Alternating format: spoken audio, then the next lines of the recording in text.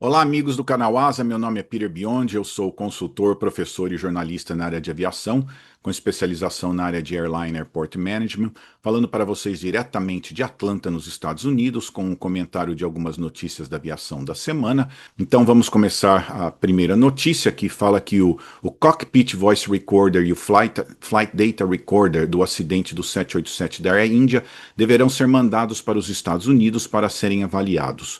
A gravidade dos danos nos aparelhos limita o uso do recém-inaugurado laboratório de análise em Delhi. Por enquanto, as inspeções nas aeronaves operando não revelaram nenhum problema e a Air India anunciou uma redução em seus voos internacionais.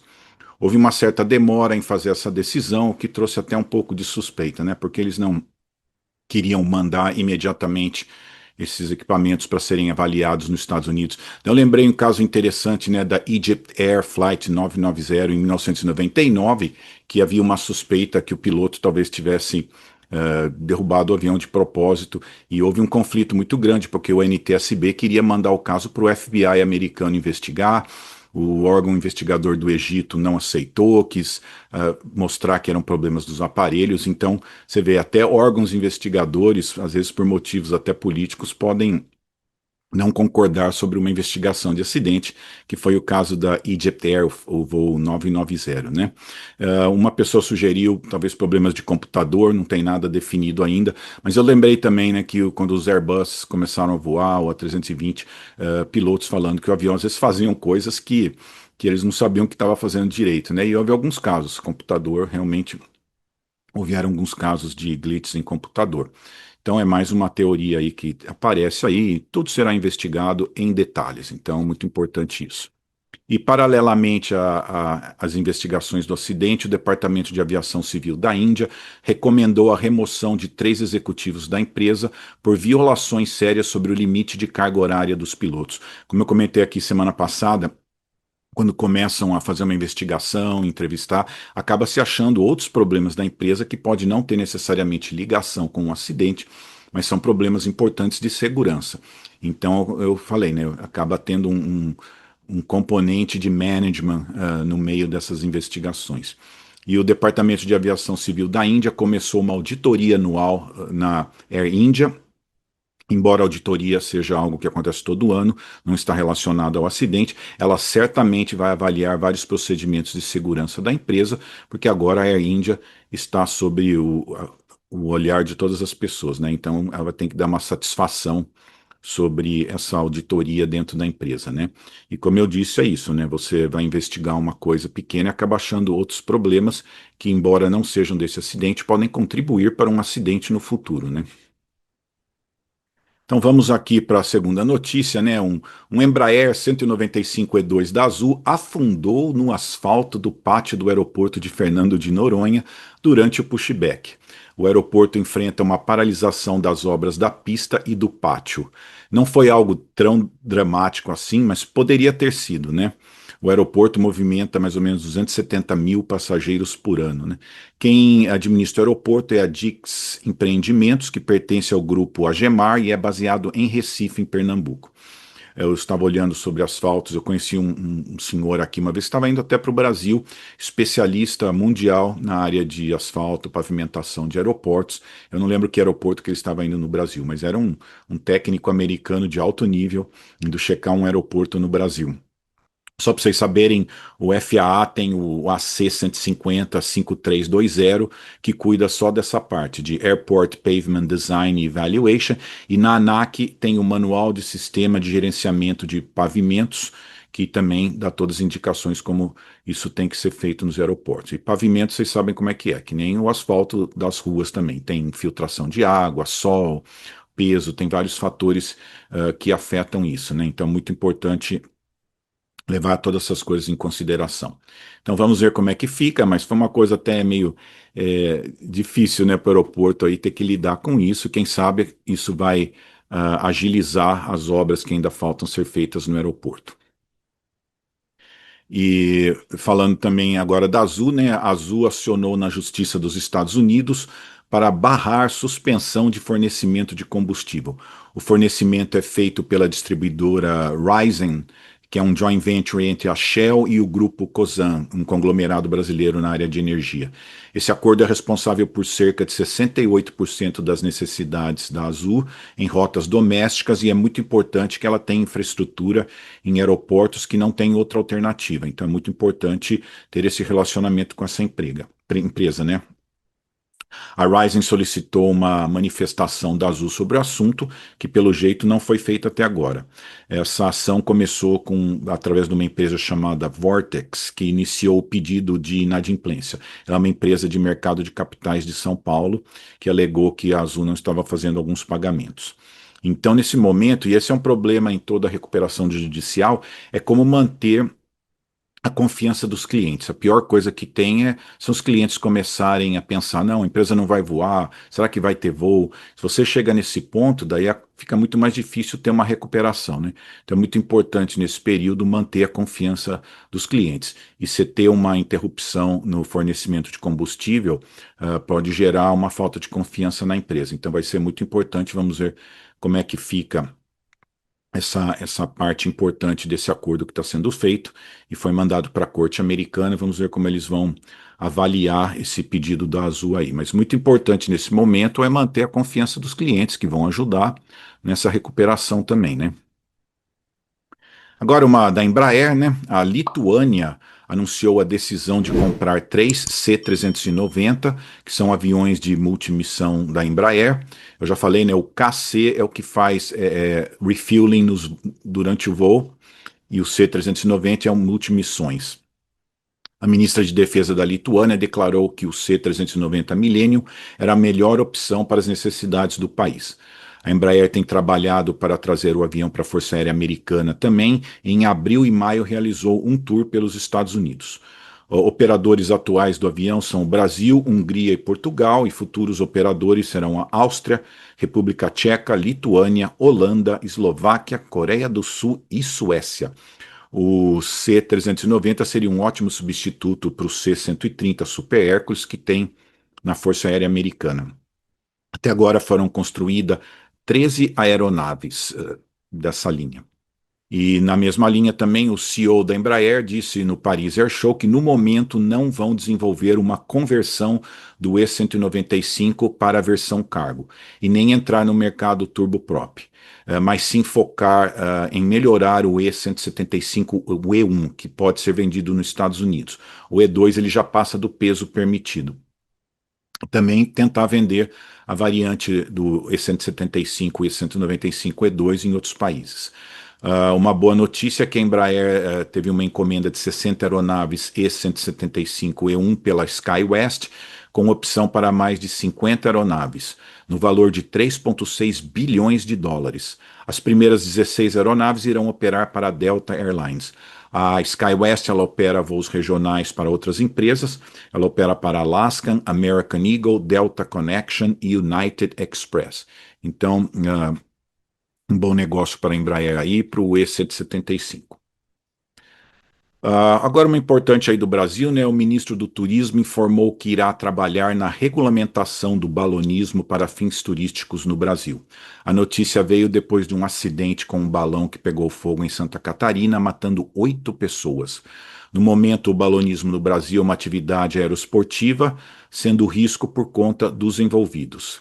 Eu estava olhando os dados aqui nos Estados Unidos, de 1964 a 2021, o NTSB constatou 775 acidentes com balões, causando 70 mortes. Um número relativamente pequeno, contando por todos esses anos, né? E as causas mais comuns para acidentes de balão são falha humana, condições meteorológicas, linhas de eletricidade, defeitos nos balões, pousos duros. Então essas são algumas das causas mais comuns desse tipo de acidente. Eu tive a oportunidade de ir para Albuquerque, né, que é uma cidade famosa por balões. E eu vi lá cestas de balões, várias fotos.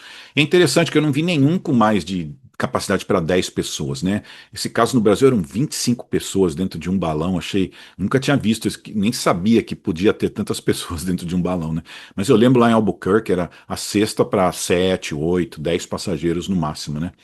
E só para ter ideia, alguns lugares do mundo famosos por voos turísticos de balão são a Capadócia, na Turquia, Serengeti, na Tanzânia, né, as pessoas voam com balão em cima dos animais, então você não assusta, né, no balão, você consegue ver toda a fauna dos animais ali na África, né?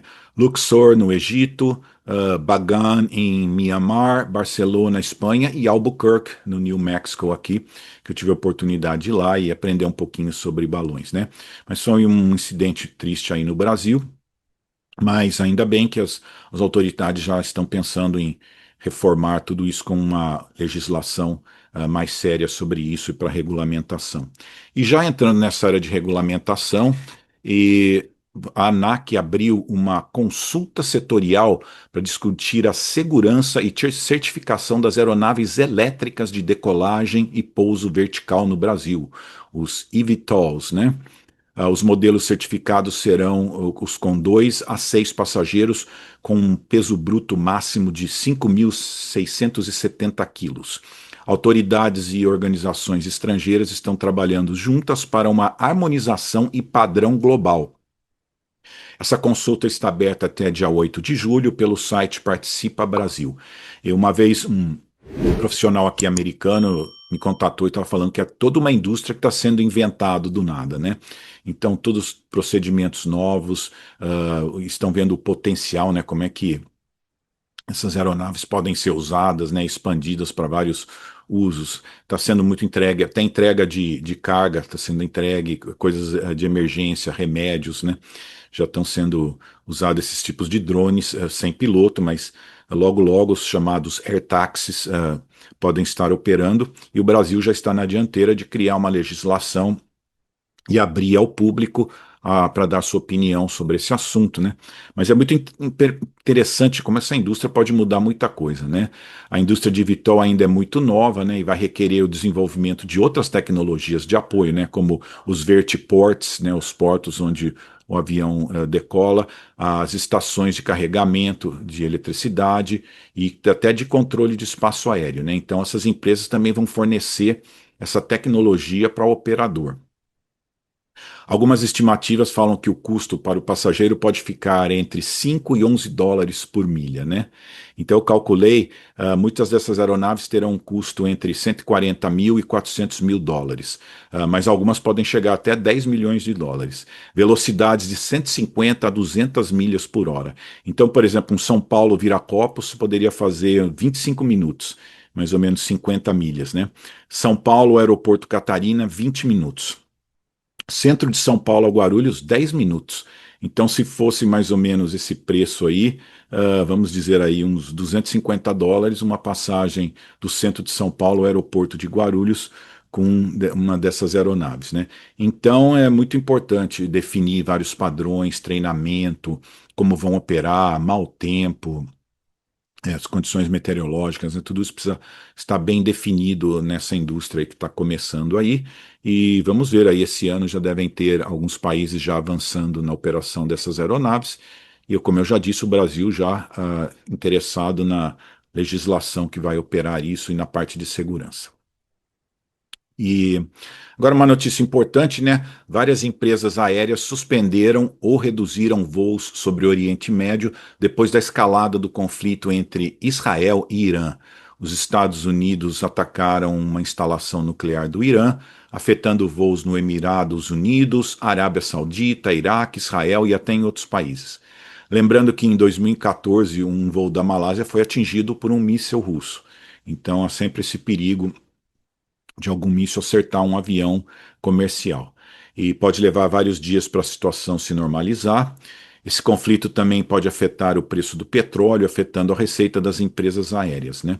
Então, quando a gente estuda a natureza da empresa aérea, né, do negócio de empresa aérea, então a gente sempre fala, né, como as guerras podem afetar uma empresa aérea, mesmo que não seja um conflito tão grande, pode causar um problema muito sério para as empresas aéreas. Então, imagina o número de empresas cancelando voos, a British Airways, Lufthansa, empresas da Europa.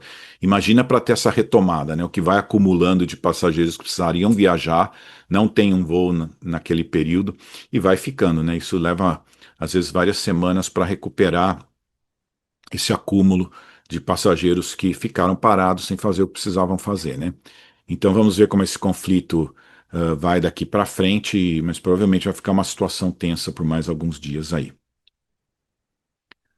Agora, uma interessante, né? A IATA se pronunciou contra uma proposta da União Europeia que requer que as empresas aéreas ofereçam uma bagagem de mão gratuita. A ideia é dar mais direitos aos passageiros, mas a IATA alerta para um possível efeito colateral. A confusão para os passageiros e as diferentes regras por empresa, né, impulsionou que vários grupos de defesa do consumidor fossem atrás para aprovar essa regra, para que criasse um padrão em todas as empresas. Mas uma coisa interessante que precisa entender, existe uma área da empresa aérea que cuida dos preços, o setor de revenue management, o setor de pricing, e eles sempre vão tentar ver o preço máximo possível daquele mercado, quanto que eles conseguem cobrar. Ninguém vende passagem pelo mais barato possível. Você vende a passagem pelo preço mais alto que aquele mercado comporta. Então, o preço é decidido por isso.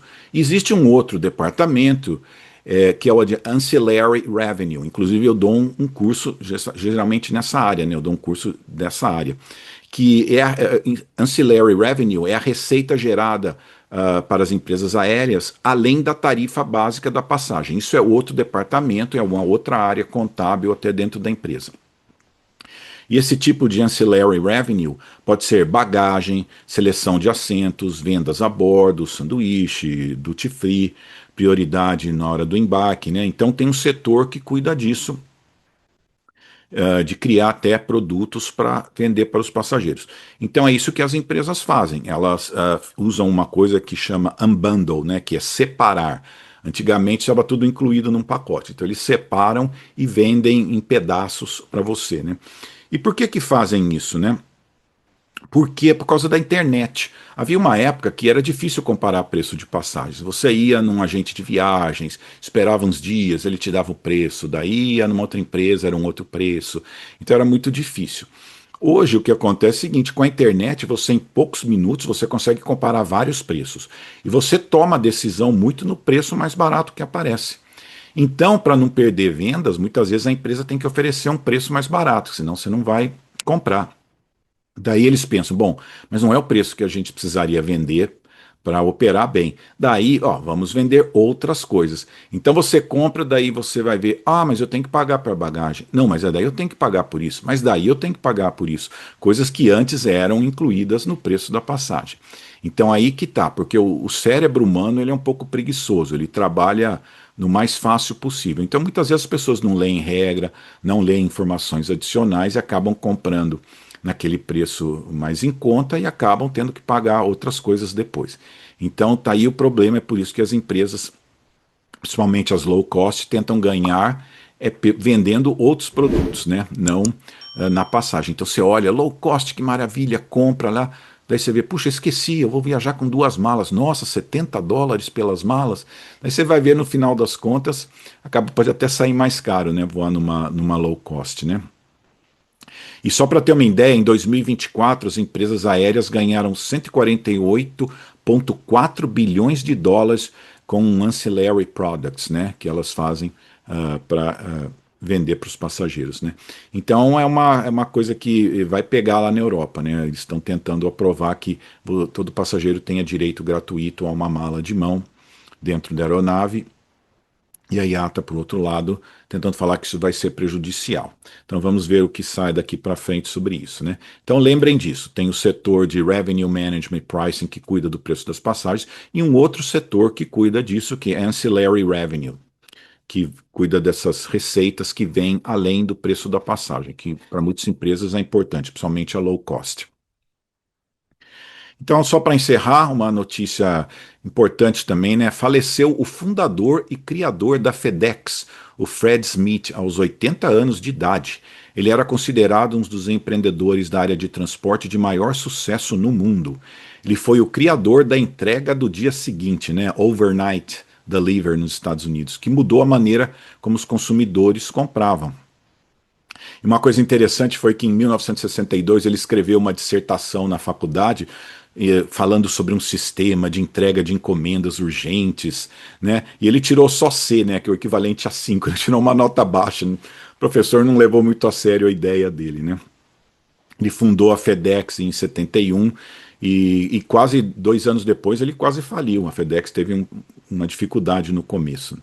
E uma coisa interessante que às vezes muita gente nem sabe da FedEx, e eu sei porque eu tive a oportunidade de uma vez de almoçar com 3 vice-presidentes da FedEx, e o cara que sentou do meu lado, ele foi uma das pessoas que estavam envolvidas na compra de 10 A380 cargo da Airbus. E a FedEx, em 2002, fez essa encomenda, mas depois cancelou em 2006, então nunca houve essa versão cargueira do A380. Eu estava sentado do lado do vice-presidente que estava envolvido nessas negociações. Eu até brinquei com ele, falei assim, pô, como é que é gastar todo esse dinheiro, hein? E ele deu risada, né? Então foi muito interessante, né? Mas a FedEx realmente mudou como a gente faz negócio e se ajudou muito as vendas na internet, né? A internet, quando apareceu e começou a vender, a FedEx era fundamental. Muitas coisas que eram entregues pela FedEx, né? Então ter a FedEx ali pronta foi fundamental para o desenvolvimento do comércio online na hora que apareceu. E perguntaram para ele, né, para o Fred Smith, né, da onde ele tirava as suas ideias. Ele disse que lia muito e lia sobre vários assuntos diferentes. É uma coisa que eu também gosto de fazer, né? Você fazer ligações de assuntos que muitas vezes as pessoas não veem ligação. E ele fazia isso. Ele lia muito sobre figuras históricas, pessoas importantes da história. E algumas frases que ele falava, né? O medo de falhar não é desculpa para não tentar. Outra frase dele: a estratégia mais arriscada é tentar evitar todos os riscos. E uma muito boa sobre management que ele falava: um gerente não é uma pessoa que faz melhor que seus subordinados, mas sim alguém que faz os subordinados fazerem melhor do que ele. Então são frases aí da FedEx, uma empresa que realmente mudou como se faz comércio no mundo, né? Fazendo essas entregas overnights. Só para ter uma ideia, uma vez eu mandei um pedaço de papel, só uma folha sulfite num envelope para o Brasil, foram US$ 80. Eu falei, puxa vida, mas chegou lá em 2 dias, então, muito bom. Então, uma empresa que realmente fez diferença no mundo, né? Então, esses são os comentários da semana. Assine o canal, recomende para os seus amigos. Muito importante, deixe os seus comentários. Muita gente coloca informação importante, informação adicional. Então, por favor, deixe aqui os seus comentários. São mais de 600 episódios no canal Asa, como voos no cockpit, investigação de acidentes, entrevistas, vídeos sobre aeroportos, vídeos históricos, notícias, painéis de discussão. Então, um canal com muitas opções para as pessoas. Peço que você dê uma olhada e ache outros vídeos interessantes. Então, muito obrigado a todos aqui.